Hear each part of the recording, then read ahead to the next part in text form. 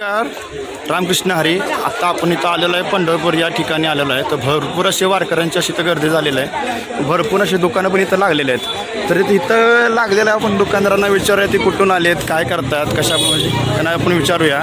इथं बघा इथं एक ज्वेलरीचा एक सेल लागलेला आहे. तुम्ही बघू शकता 100 रुपये सेल आहे. तर पलीकडं घड्याळाचं दुकान लावलं आहे, कॅपचं दुकान लावलेलं आहे. तर आपण त्यांना विचारूया की ते कुठून आलेत. नमस्कार माऊली, तुम्ही कुठून आला माऊली? तुम्ही खैसून येला? मालवणीसून येला का? मग तुमचं इथून येण्याचं कारण काय?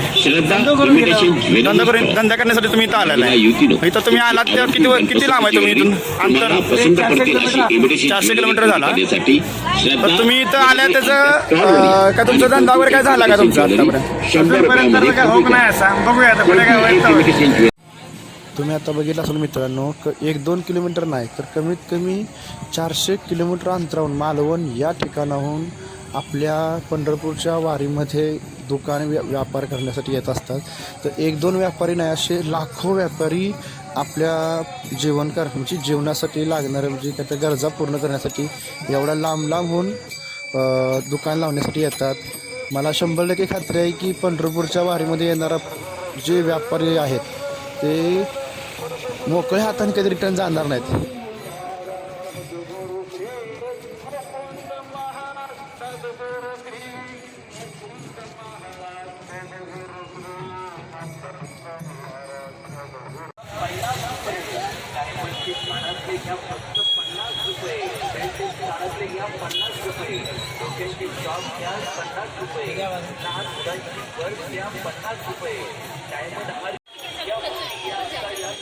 तर हा व्हिडिओ पाहून तुम्हाला कसा वाटला हा कमेंट करून नक्की सांगा. रामकृष्ण हरी.